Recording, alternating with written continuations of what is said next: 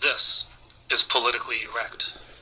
Hi, my name is Mike Grant, and when I heard that American Express is going to sue me after they ruined my credit, I'm politically erect.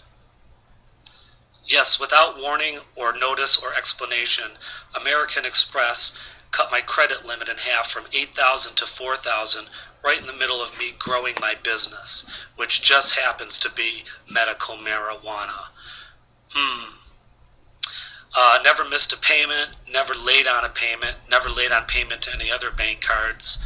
I haven't had perfect credit, but it was fixed, and it's been impeccable for the last 4 or 5 years. So it's my belief that they ran me out of the business because I'm in medical marijuana, just like that dirty PayPal account, just like Chase, that dirty bank that froze assets of companies. You're not the government. You don't freeze assets. You're a bank. You hold assets.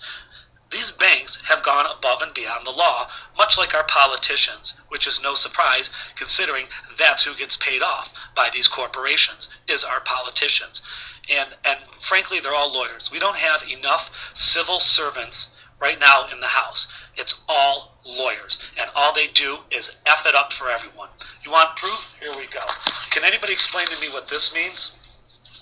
Showing a principal balance and amount due of $4,089.74 is within his knowledge just, true, and correct, that is justly and true, due, and unpaid, that all just and lawful offsets is within his knowledge just, true, and correct, that is justly and truly due and unpaid, that all just and lawful offsets, credits, discounts, and payments have been allowed, and the said amount is due after said allowance and exclusive of all set-offs and just grounds of defense, that the goods and said accounts were sold and delivered as they're in charge, and on said last name day said amount became due and payment thereof was demanded, and no part of the same has been paid. Okay, I have a law background, and I don't even know what the heck they are talking about. Hold on, it gets better. The day I was served, the following day in the mail, I received something dated July 21st from the same shady law firm that represents these cowardly banks and these jackals. And they said they're pleased to report that the client has granted them authority to accept a 50% settlement on the above reference matter. Really? That's funny. I might even pay it because I am suing the hell out of American Express for ruining my business. See, the problem with these banks is they won't let you think anything other than that your credit line and your credit score are the end-all be-all. They're more important than your kids are to you. I mean, in the end, that's what bankers do. They're just greedy jackals. They eat, sleep, and drink money. And they have it. Why? Because you don't. It's in their pocket now. Foreclosure, lawsuits from these gigantic, multinational, multi-state banks. How's a small guy going to win? I'll tell you how. Screw him. I'm not going to pay him nothing. My assets are all hidden away, so come and find them. And if you can, they're yours. Good luck with that. I'm in a cash business now. What are you going to do? Ruin my credit? So, like I said in a previous segment, how does your bank's dick taste? Because you suck it, and you're still sucking it. And guess what?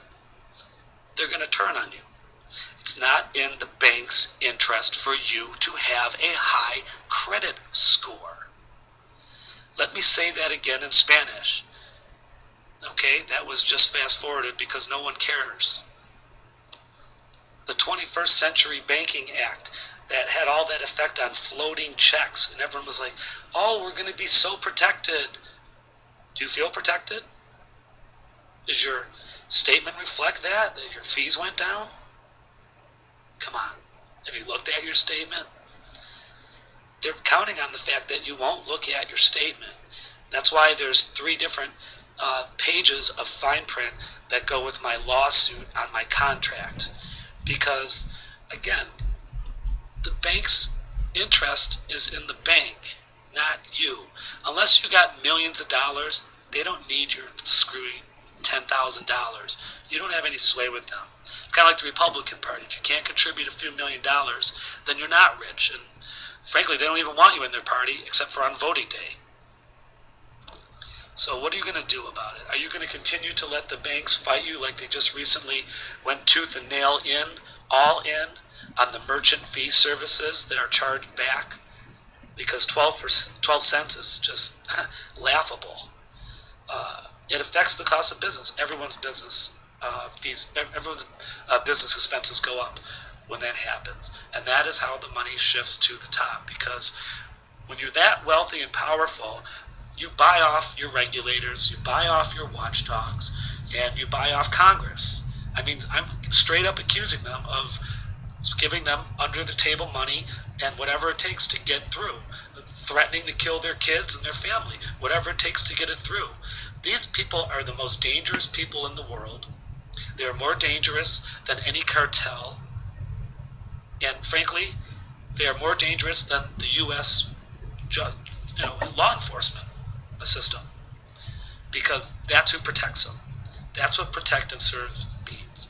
Protect the interest of the banks and serve their wealthy stakeholders, board members, president. This is Artichoke Down, copyright MMXI, politically erect by Mike Grant. All opinions are my opinions only and do not reflect the views of any other advertisers. So, UnAmerican Express, whose default was this one?